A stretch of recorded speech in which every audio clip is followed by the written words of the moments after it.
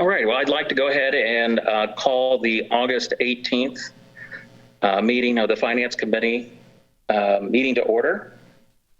We got a few items on the agenda this afternoon. But I see, not to put you on the spot, Ms. Sansone, I see you're in the attendance today, and I think your portion is probably fairly quick. So rather than wait to item number 4, maybe I could ask you to go first and let us know where you're at regarding the services we requested from Baker Tilly, and just give us the quick update. Sure. Thanks, Sean. I appreciate that. And I'm sorry I couldn't attend the last meeting. I think Susan attended in my place, so I'm kind of meeting all of you for the first time. So we have been working pretty diligently on compiling your historical financial data. So we now have finished compiling 2018, 19, and 20.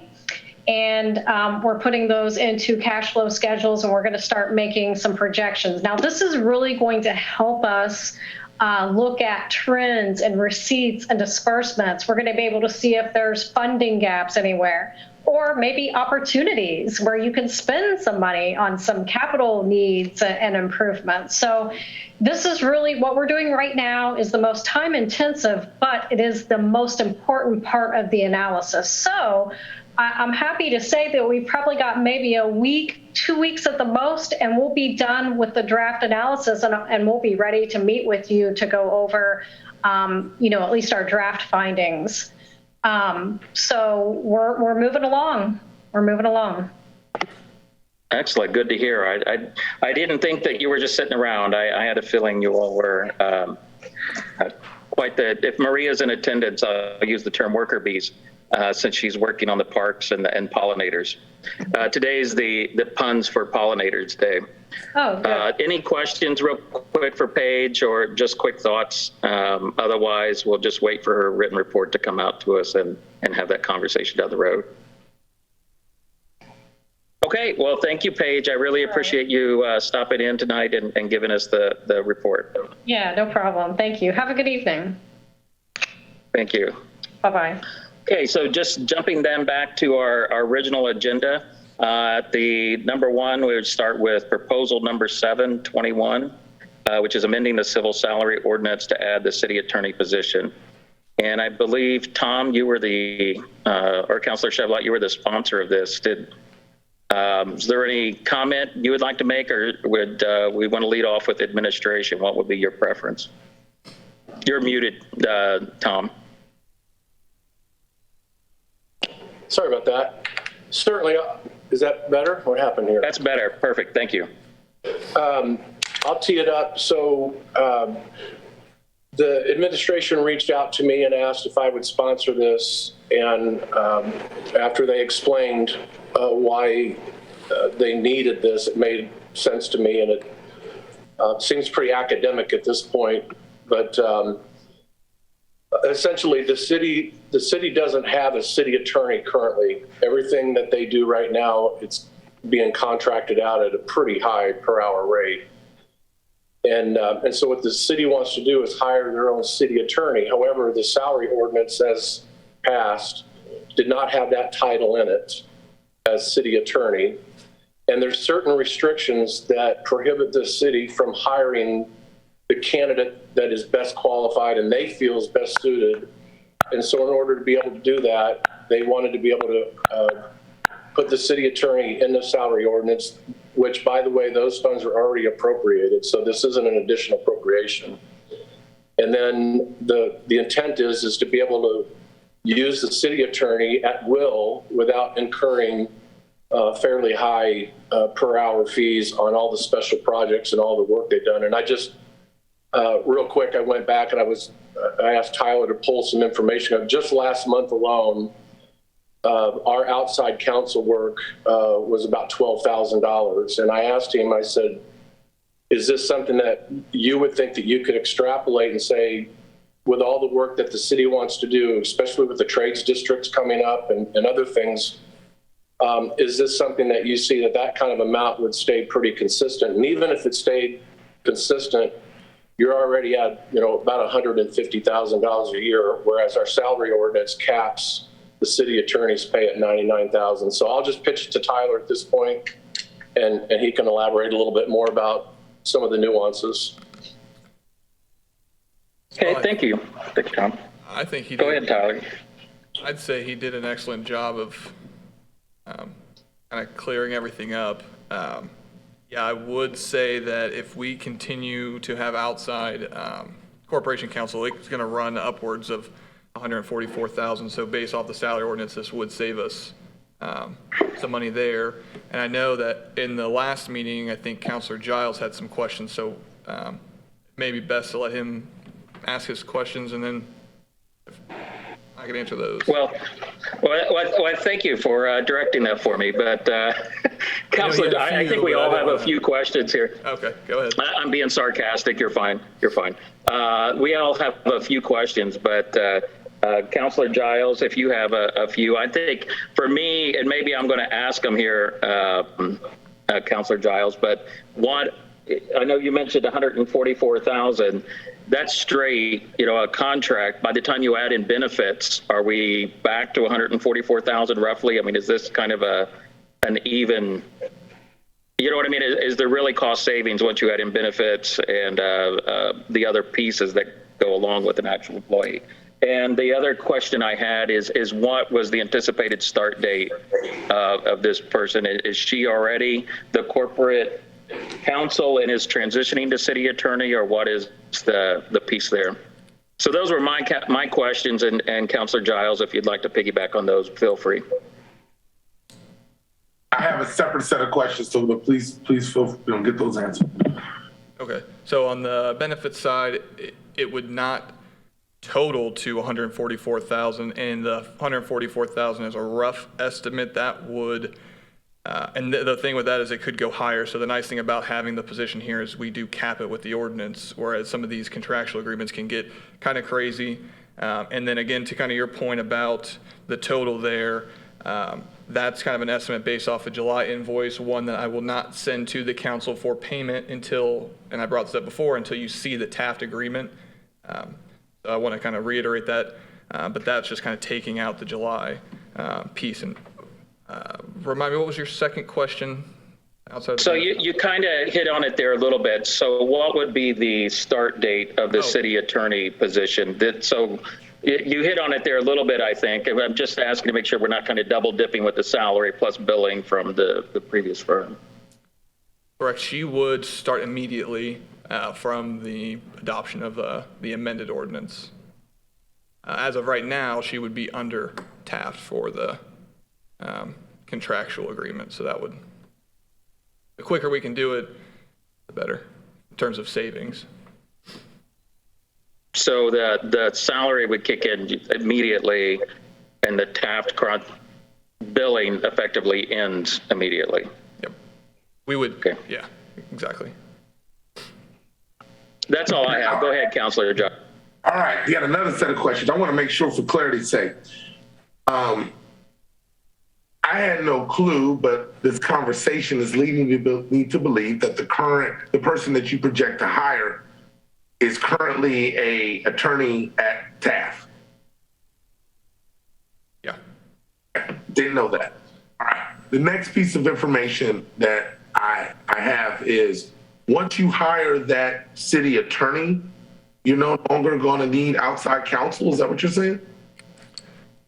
Not to the level that we would need. So we're going to negotiate a separate new Taft agreement that would kind of change the structure of it so that it would almost be more on an as-needed basis for basically a safety net. If something big comes up, we do want the backing of a large firm in case something does happen.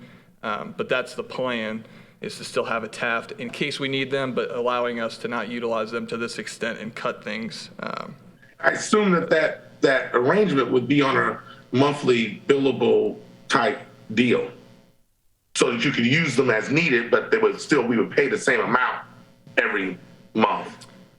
That will be pointed out in the contract that we negotiate that I would submit to you all for agreement. I wouldn't want it to exceed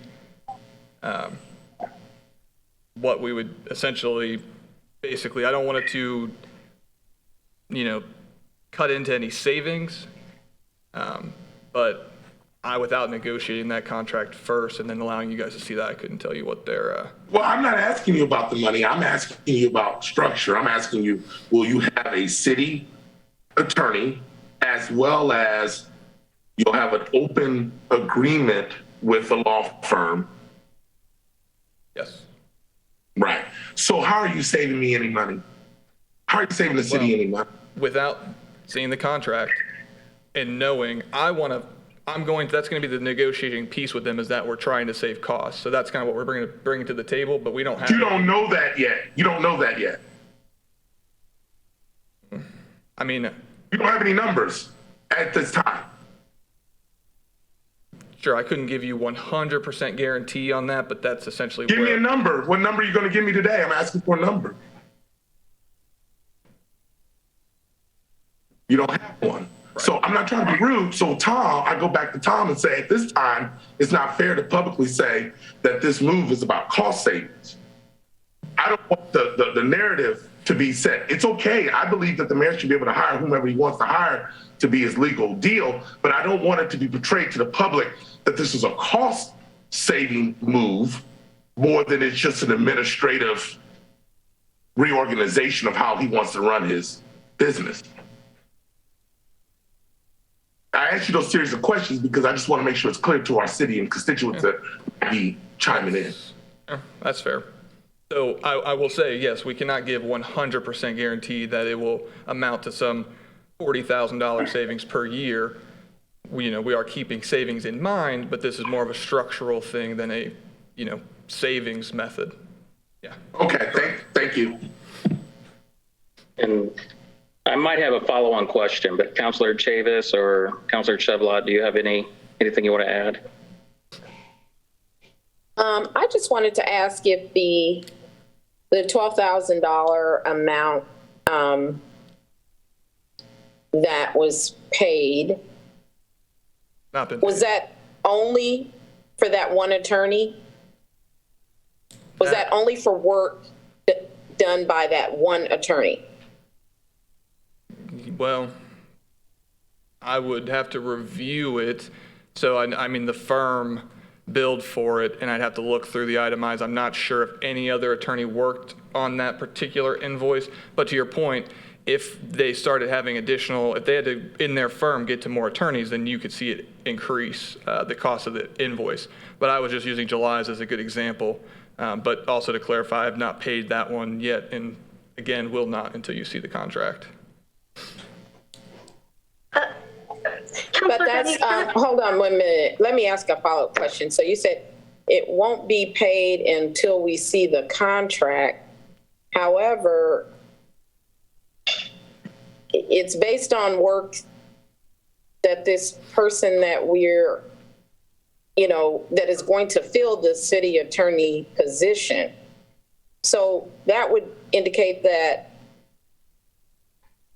she started under some kind of agreement, right? I mean, I guess I'm a little confused. So there's a contract, the original contract with TAF went to the Board of Works, but my point is I want to avoid another Ice Miller situation like we had before, so I just want to get you that contract before you see any TAF claims. So essentially you're going to see, and it goes back to the other contract agreement with Ice Miller, was the diversity supplier moved to TAF as well, but I would say, to my knowledge, you all have not seen the diversity supplier contract yet either. So my whole point is I don't want to pay any TAF invoices until you all have seen everything you need to see from a contract perspective. So just trying to avoid the Ice Miller situation again.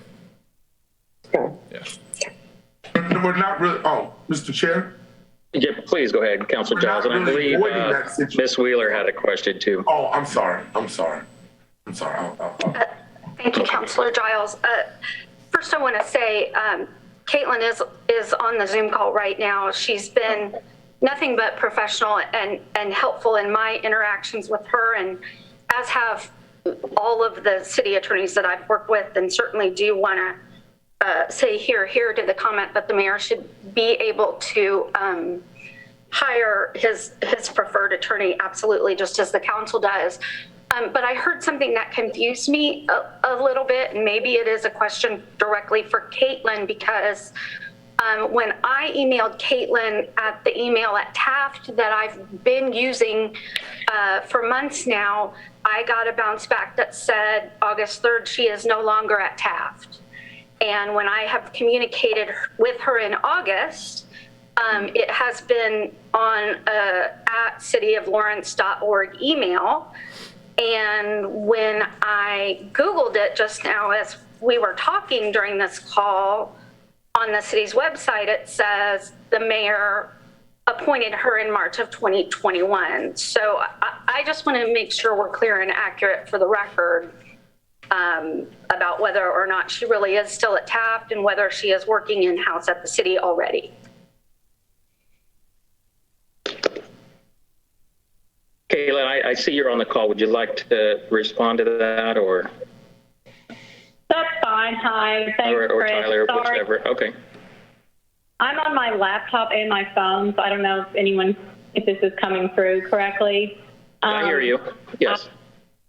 I was with Taft until the very end of last month, and I was appointed as the city attorney in March through Taft. I think that's how Ashley Hopper, I think that was the same situation with her when she was city attorney with her firm. So the plan was that I've been with the city for about a week now. And since this had been kind of on the docket to get these two words from corporation counsel to city attorney changed.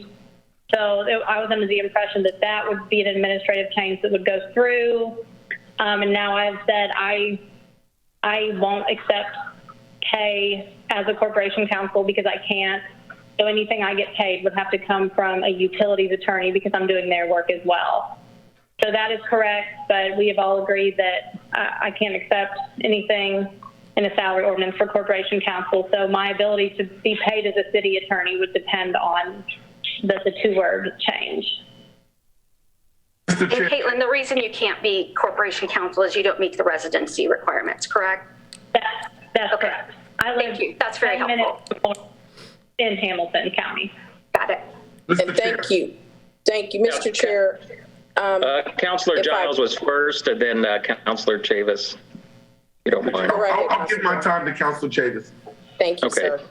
I just want to say thank you for that, because that really sort of cleared up a lot for me, and I appreciate the transparency. It makes us making these kinds of decisions much easier when we have all the information. So I appreciate that clarity and understand the position that it puts you in, and I apologize that you are in that situation, and we will certainly do our best to try to do right by you, but we can't function like this because this is dysfunction.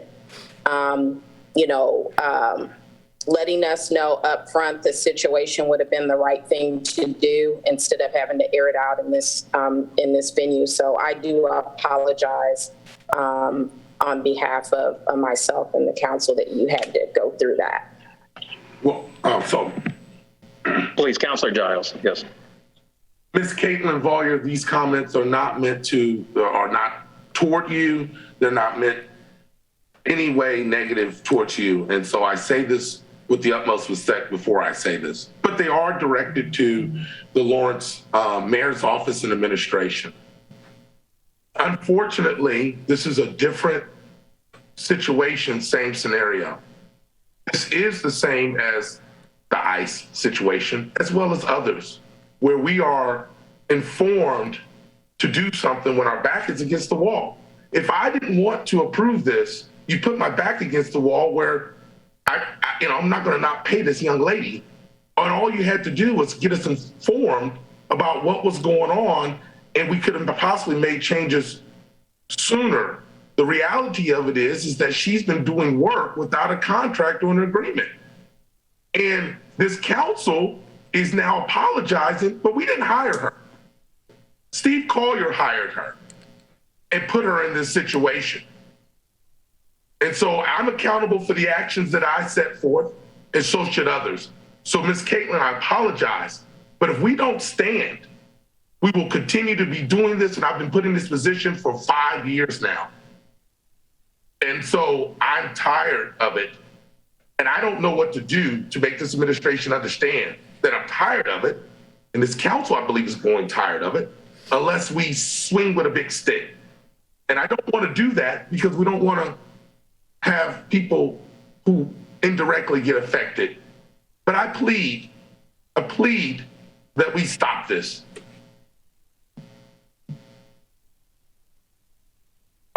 Let me unmute myself. Thank you, Councilor Giles. And I would reiterate that as well. Thank you for being upfront, Ms. Fuller, and explaining that. That did address some of the thoughts I had and alleviated some of the further questions I was going to ask. There is one question I have for you, Ms. Wheeler, on the proposal itself. The very first line, it says, whereas on October 5th, 2021. Is that I'm assuming that's a typo and it should be 2020.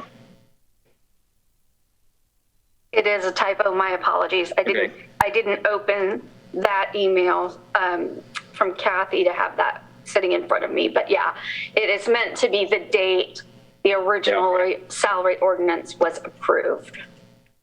So from 2020, do we need to amend this, or can we just, at one point we should, for clarity, amend the date? We should. Okay. I'm sorry. Apologize. My error. Okay. So if there are no other questions, I think we could take a motion to amend that typo and then move forward. So we'll need an amended proposal then? What's that, Councilor Chavis? Is there a procedural question or? Yeah, I don't think, well, I'll let the council attorney respond. Yeah, that's a scrivener's error, Kathy. We don't have to circulate a paper amendment at this point. Lisa, if you would, when you sign it, please change that to 2020 and initial it just for clarity. Perfect. Assuming the amendment passes and the proposal passes. Well, I'll just reprint it in the morning when I get in. Okay. Perfect. Perfect. Thank you, Kathy. So she won't have to. Then you won't have to worry about that. Thank you. So I don't think I can make a motion, but if somebody wanted to make a motion to amend October 5th, 2021 to 2020, that would take care of that portion right there. I'll make a motion to amend that. Second. So we have a motion and a second. All in favor by a roll call vote. Councilor Chavis? Yes. Councilor Chevlot? Yes. Councilor Giles? Yes. And Councilor Denny? Yes. Okay, is there any further discussion? If not, we can take a motion to either recommend or I guess recommend it to full council. I'll make a motion to recommend to the full council for approval. The amended version. Second. So we have a motion to recommend to the full council the amended version, and it's been seconded. So I'll now take a roll call vote. Councilor Chevlot? Yes. Councilor Chavis? Yes. Councilor Giles? Yes. And Councilor Denny? Yes. All right, so that will be recommended to the full council. Thank you, everybody. So moving down our agenda, I got a lot of screens here open, so give me 1 second.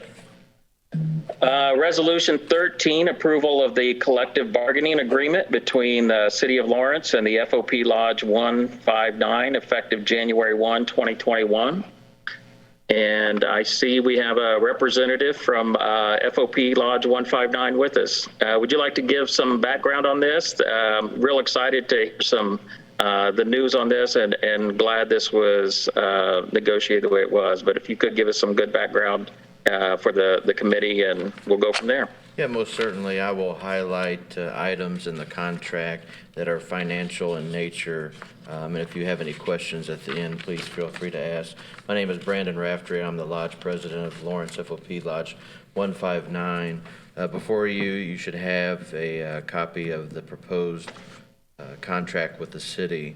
The first item that I have is on page 18 for the fitness facility. As you are aware, as part of our new police station, we have a nice state-of-the-art fitness facility. So we kind of piggyback this off similar to what the fire department has. And in this section, it says that the city agrees to maintain that investment, that physical fitness facility. And as part of that, there will be a yearly inspection just to make sure that all the equipment is operating as it should. And if something needs to be fixed or replaced, that the city agrees to take care of that. The next section is on page 19, our grievance procedure. So that totally changed the way we handle our grievances. And the reason why I bring that up under the financial is it does have the possibility, once it goes through all its steps and avenues, it ends, or could end in arbitration. And under subsection B, number 4, it explains the fees and costs and how that will be decided between either the city or the FOP.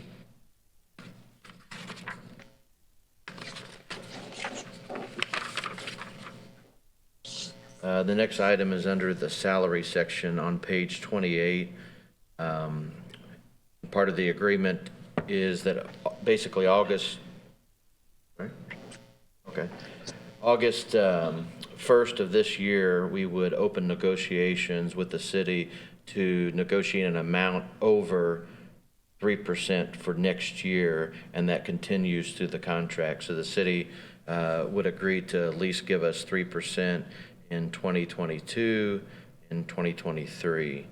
And then August of each year, we could sit down on that specific topic to try to negotiate an amount above that, depending on what the finances look like at the time. Section number 2 on page 29, shift differential, we increased to $1 an hour, and that would affect approximately 24 officers who work the middle and late shift. So between the hours of where their shift starts between 1 o'clock in the afternoon through midnight. Under our salary section as well, our tech pays, for whatever reason, our defensive tactics instructor, which is something, a topic that's required by the state to cover each year in training, our defensive tactics instructor have not received compensation or pay to maintain those credentials and to train the officers in the area of defensive tactics.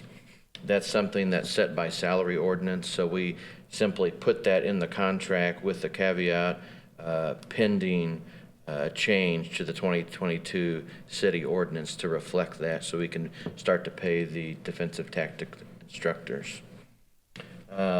Under specialty pay, this falls under a similar situation where this would be pending change to the city ordinance in 2022. Shift commanders pay, essentially, we have 3 shifts. We have 1 shift commander per shift, so it would affect 3 officers. I believe it's an extra $1,000 a year would be the additional cost. But these particular individuals are responsible for the function of that entire shift. And they oversee, they have a lot of extra responsibilities. And so it's been a discussion. We believe that they should be compensated for that. On page 31, section 6, retired canine care. So we thought this was a good positive step forward. Essentially, the canine that serve the city, once they retire, most often they go to the handler who will continue to care for that canine for the remainder of their life. So we asked that the city continue to provide food and routine medical care for the life of that canine once they are officially retired from duty. But we did put in there that is not to exceed $1,000 per year. Section 8, under deferred compensation, this is something the city has already started and identical to what the fire department has in place. Under article, let's see, page 33, section 1 for the clothing allowance. Right now it was set at $1,000, and then we got an additional $300 for the officers that were assigned the body-worn cameras.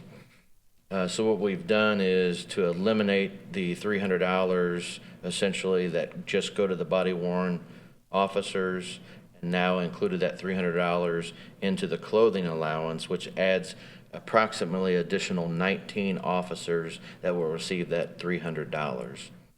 Those would be like detectives, administration, things of that nature. They don't have a body camera, but they would get the additional $300 due to the rise in costs of our clothing and uniforms.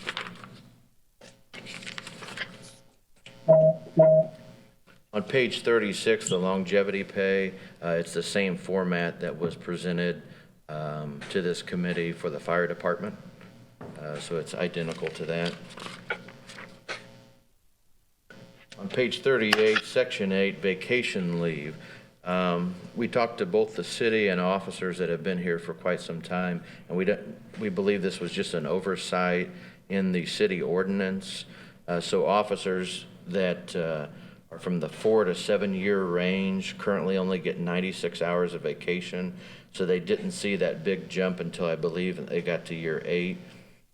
So what we did is we went back and we looked at the civilians, and they even get a bigger jump during that time frame. So we kind of split the difference. So they're not necessarily getting, more time. We're just moving it from 96 hours to 145 pending approval by the council, just to try to remedy that gap there. We agreed to a time exchange with the city in section 9 with our sick time for vacation time at a ratio of 2 to 1, but it'd be capped at 170 hours of sick time, which would equate to 85 hours of vacation. And on page 40, section 14, the Fop Banquet, the city would agree to pay $5,000 a year towards the cost of an Fop Banquet. That is similar to what the fire department has been receiving for several years, and something that we've never had. We've just found other avenues to try to put on a professional banquet each year, which we use to present awards and to recognize retirements. Correct. The $5,000 amount does not include the cost of alcohol. So it would be for food, venue, etc. And that concludes all the financial items that are in the proposed contract. Okay, I'll open it up for questions. Did anybody have questions regarding the contract? Mr. Chair, Yes, Councilor Shevlett. I've got just a couple. Brandon, good seeing you, even though it's not in person. Good to see you. I like the beard. You mentioned something about, it's kind of not it's not a big point, but it just caught my attention, about the body-worn cameras and the clothing allowance that for those who don't wear body-worn. I may have missed it. What officers don't wear body-worn? So essentially, at this time, the operations division, so the officers working the street, the merit officers are assigned a body-worn camera. The cost to have a uniform fitted for the body-worn camera is additional. So to answer your question, like detectives and admin do not have a body-worn camera, so they don't get, currently, under our current agreement, do not get the additional $300. So what we're simply saying is everybody will now get the $300 across the board. And That makes sense. Yes. Perfect. And then just kind of a very open-ended question. It's one that I've asked for the last 9 years. Is there anything that the FOP would have liked to have seen in the contract that wasn't in the contract? I think we're pretty happy. The negotiations went very well with the city. Okay. Our contract, when voted upon with the membership, was unanimous. Okay, which is- that's important. Yes, you. unanimous vote on support of this contract. We're very happy with items that we were able to get into this contract. Okay, thank you. Thank you, Councilor Silva. Councilor Chavis, did you say you had a question? Or did I just So miss? it's Okay. more of a procedural matter. So you're proposing a change on the time accrual for vacation based on years of service. So we would need to get that ordinance introduced and passed either before or in conjunction with what we're doing. Is that not correct, Councilor Wheeler? So, Councilor Chavis, Councilor Denny, if I may, I was looking at that part of the contract. It says, if the city ordinance is revised or amended during the term of this agreement, and I'm on page 38 if anybody has it open, Okay. such revised or amended city ordinance shall govern all officers hired on or after the effective date of this agreement. City retains the right of regulation of the use of vacation. So it doesn't really clearly speak to the timing. I don't know if Brandon had an expectation while they were negotiating about how the timing would work. So expectations. Let me interject one thing. And before that, you said usage, and it doesn't address usage. It addresses accrual, which is different in my mind. Yes, I agree. So I just want to make sure. We're procedurally, changing something that's actually going to be legal. So we might need to take a further look into that. I mean, I don't obviously have a problem with it. I just want to make sure that if we need to pass an ordinance or something ahead of it, that we make sure that it's covered and that, everybody gets the benefit of the additional time as they should. Correct. And so the intention of the FOP in this contract this would not be something that would take place until next year. So it would not affect this year, pending an ordinance change in 2022, then those particular portions would go into effect. So we can't approve something that we haven't changed the ordinance on, right?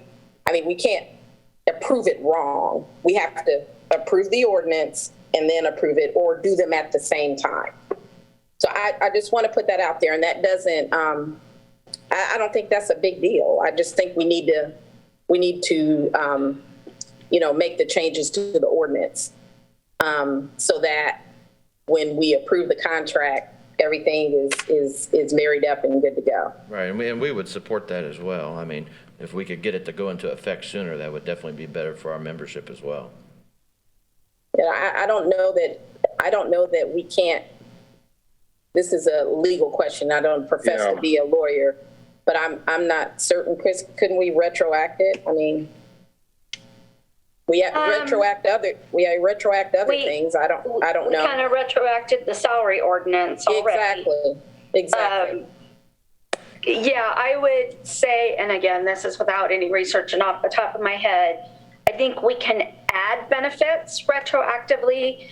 I would be uncomfortable taking away any benefits retroactively, of course. And because the language of the contract says pending approval, as long as it's clear to everyone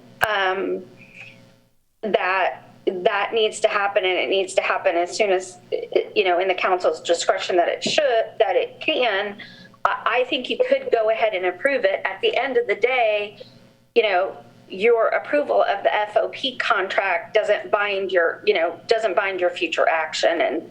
And I believe you all, in good faith, with the understanding that that was the agreement, would act on that. Does that make sense or give you concern?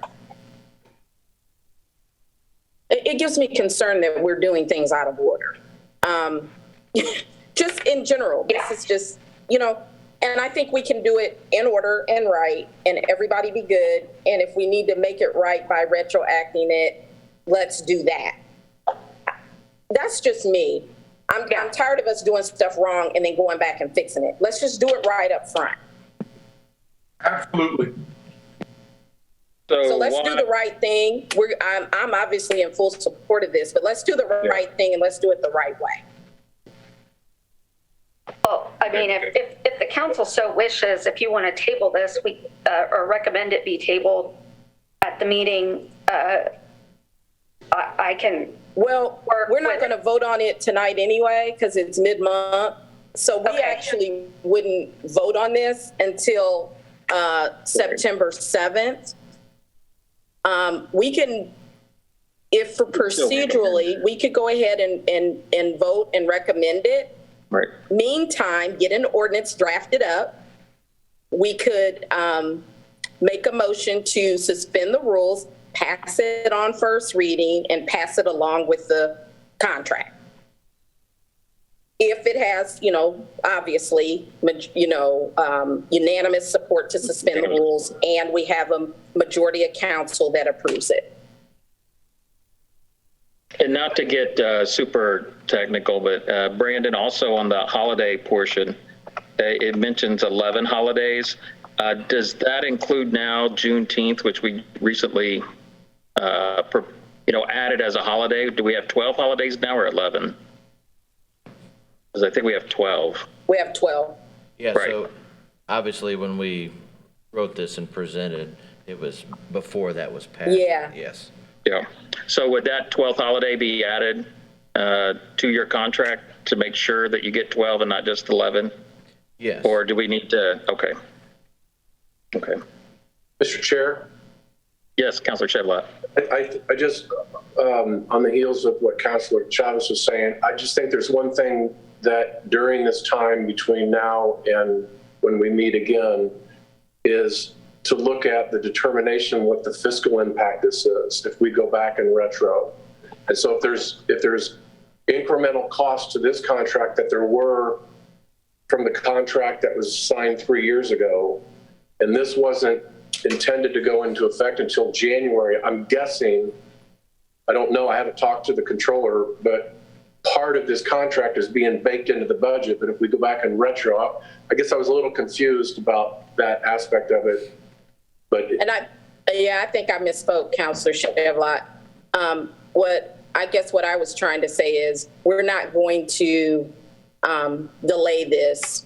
We can do the ordinance and approve the contract almost on the same day or within 1 or 2 meetings. So we're either talking about things potentially being approved on 9/7, or we're talking about things being approved.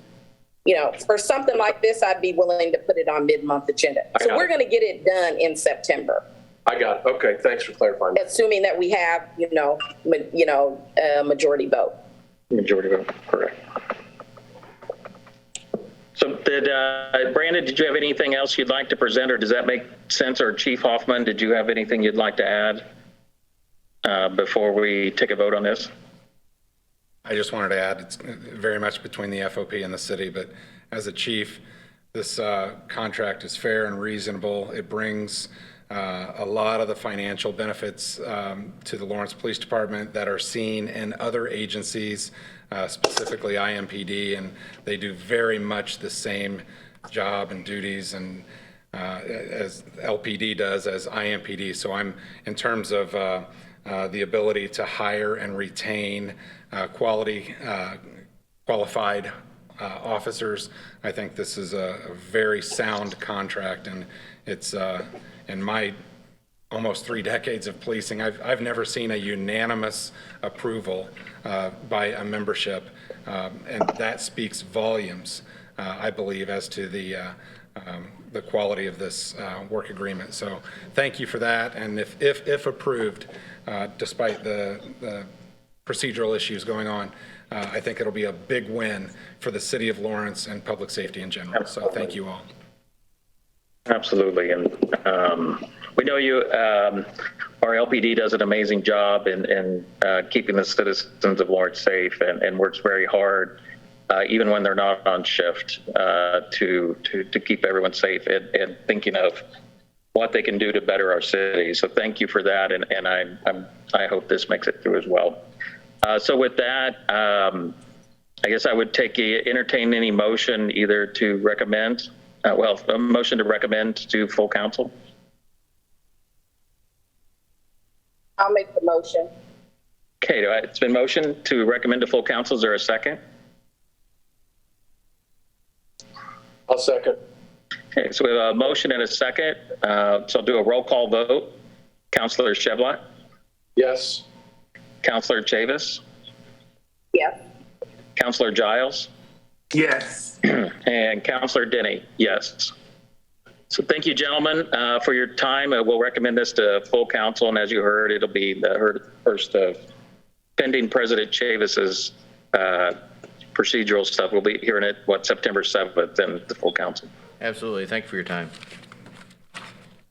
All right, so the last item on the agenda, and we have approximately 11 minutes to go through this one, is resolution number 14, concerning the retention of Mose, McKinney, and Evans LLP as legal counsel for zoning matters.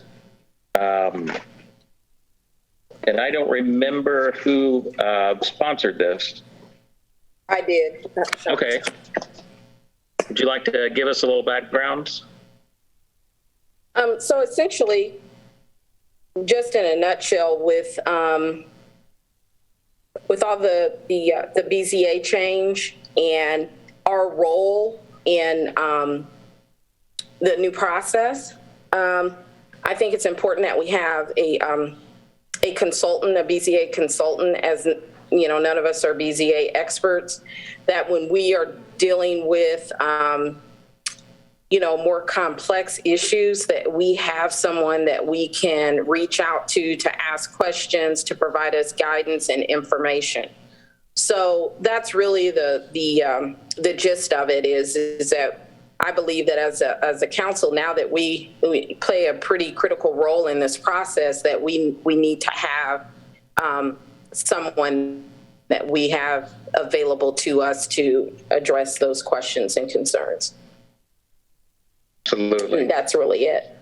Yeah, absolutely. So it is a large new role, so completely understand. So is there any discussion on this tonight, Councilor Giles or Councilor Chevlot? You have any questions or thoughts? Okay. I have none. So with that, I would take a motion to recommend to full council. Motion. And a second? I'll second. So I have a motion and a second to recommend to full council. So take a vote by a roll call vote. Councilor Chevlot, Yes. Councilor Chavis, Yes. Councilor Giles, Yes. Councilor Denny, yes. All right, so that'll be passed unanimous, and we'll discuss that at the full council meeting tonight. All right, there are no other items on the agenda, and seeing nothing else before us, meeting adjourned. Thank you. Everybody, for coming out tonight.